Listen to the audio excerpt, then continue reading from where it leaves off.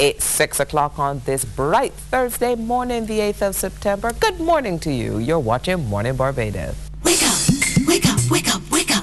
Barbados, get up. Good morning. Good morning, Barbados. Good morning. Good morning to you. Good morning. Morning, morning, morning. Good morning. Good morning to you.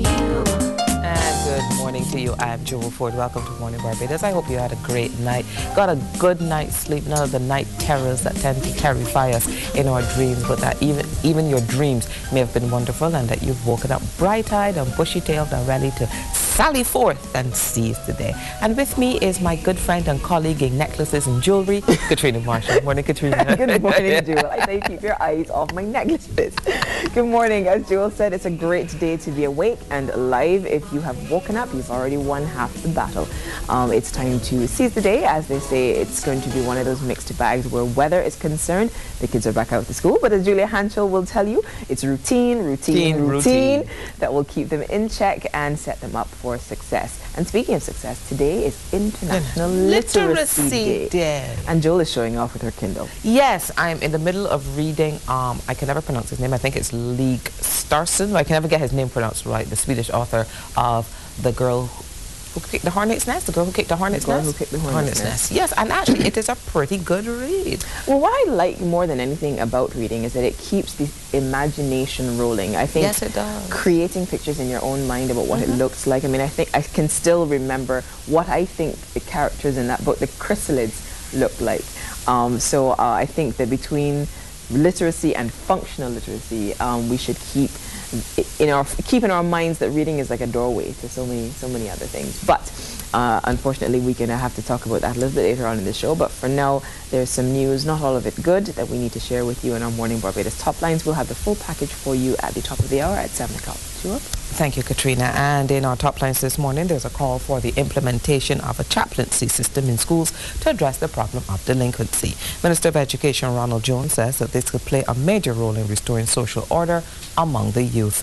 The Congress of Trade Unions and Staff Associations, T2SAB, is suggesting a resumption of negotiations between the Queen Elizabeth Hospital and the doctors. General Secretary Dennis DePisa wants the QEH board to take the necessary initiatives and not to delay a continuation of the collective bargaining process. Local businesses are being encouraged to see innovation as a key strategy for future success, and this advice comes from Minister of Industry, Small Business and Rural Development, Dennis Kelman. And Barbados has joined Cuba in mourning the death of that country's Defense Minister, General Julio Casas Reguero. Prime Minister Frundle Stewart and Foreign Minister Senator Maxine McLean have signed the condolence book at the Cuban Embassy. And further across the region, the Jamaican government says it's providing a special 100 million Jamaican dollars, or about 1.16 million US dollars assistance package to its exporters. They're expected to help exporters meet the new standards set by the United States Food and Drug Administration, and that takes effect in January 2012. That is our news top lines for the morning. We'll bring you further updates on those stories at 7 a.m. Now on to Katrina to find out what's happening in the papers, both locally and internationally. Thanks, Joel. And we start with the International Herald Tribune, the global edition of the New York Times, brought to you by our friends at Newspaper Direct. Bailout, bailout, bailout is the word on everyone's lips, and the courts have backed the Berlin on the EU rescue bid. So we go to Germany, where the threat of sudden disaster for Europe's common currency was averted on Wednesday when Germany's constitutional court rejected legal challenges to the bailout for heavily indebted countries like Greece. In upholding the legality of Berlin's rescue packages for debt-stricken Eurozone countries, the Federal Constitutional Court handed Chancellor Angela Merkel a rare and unexpected triumph. So a little bit of good news there. And a stimulus package made with Republicans in mind, even though we've got a Democratic president in Washington. The centerpiece of the job creation package that President Barack Obama plans to announce today on payroll tax relief for workers and perhaps their employers is neither his first policy choice nor that of many economists. But it is the one that they figure has the best chance of getting Republicans' support. You want the details to that? You need to pick up this newspaper. And I have to just ease on over to a topic that's near and dear to my heart. The Rugby World Cup is about to kick off, and as a former winger myself, watching the All Blacks perform the haka is always one of my favorite things to do. So, As the Rugby World Cup 2011 kicks off Friday in Auckland, the team of the host country finds it's got a lot to prove. The New Zealand All Blacks have dominated the sport and are its most successful international team. But get this, except when it matters most. In all other cups since the first one in 1991, 95, 99, 2003 and 2007, New Zealand has always come up short, despite usually having been an odds-on favourite. So let's see what will happen. Will David Kirk be able to hold up that Webb Ellis trophy as he did in 1987? Who knows?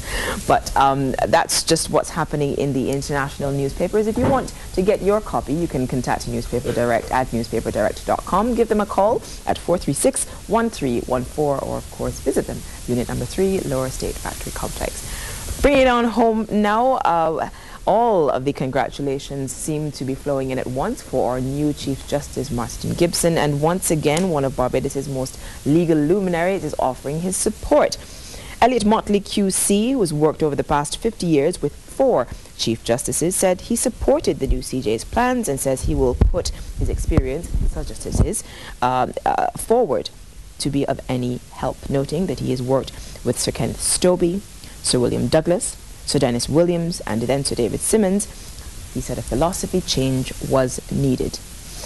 A rather banal face, but the charge is one of rape. This man has been accused and denied bail for the rape of an 80-year-old woman. I'm sure we haven't heard the last of that story. On the back page, cricketer knocked for not standing during the TNT anthem. How many more problems are we going to have coming out of TNT, around TNT, before we go TNT?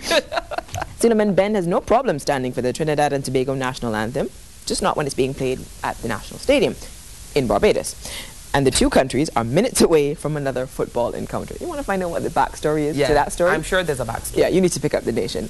On the front page of The Advocate, we welcome a superstar in the gospel world. Bobby Jones is here. In town. In town for Praise in Paradise, coming off very soon. He's here flanked by some of his friends. They're going to be in concert at the Garfield Sobers Gymnasium. Some of the service clubs have also been asked to reach out to children. The Kawani Silver Dollars Children's Life has been very successful this year, but they're hoping to continue. Speedy seaweed cleanup on the south coast. I feel like we're always cleaning up seaweed. Is it ever going to stop flowing in? I wish we would just stop cleaning it up and do something commercial with it. When I hear of all the properties it has as a fertilizer, hello, over here, willing to buy a couple bags for my garden? Especially for those African snails? Yes. But more support is needed. Minister of Family, Youth, Sports and Culture says he wants to see more Barbadian companies come on board in support of the annual Community Independence Celebrations. It's that time of the year again where we celebrate who we are, what we stand for and where we have come from. That is a roundup of what's in today's international and local newspapers. If you want more details, pick up your copy today. Packed show as always, Jewel. Yes, it is. Today we're looking at the Southern Zone Talent Show of the St. Lucie Parish Independence Committee. As we said, it's World Literacy Day. We're going to have some of the contestants from the Richard Stout Teen Talent. The Ministry of Health is going to be talking about their Wellness Day. And of course, our lawyer on the line is in the second half of the show to tell you how to resolve or find a good lawyer for all of your legal issues. All that and much more on Morning Barbados. Don't go away. Morning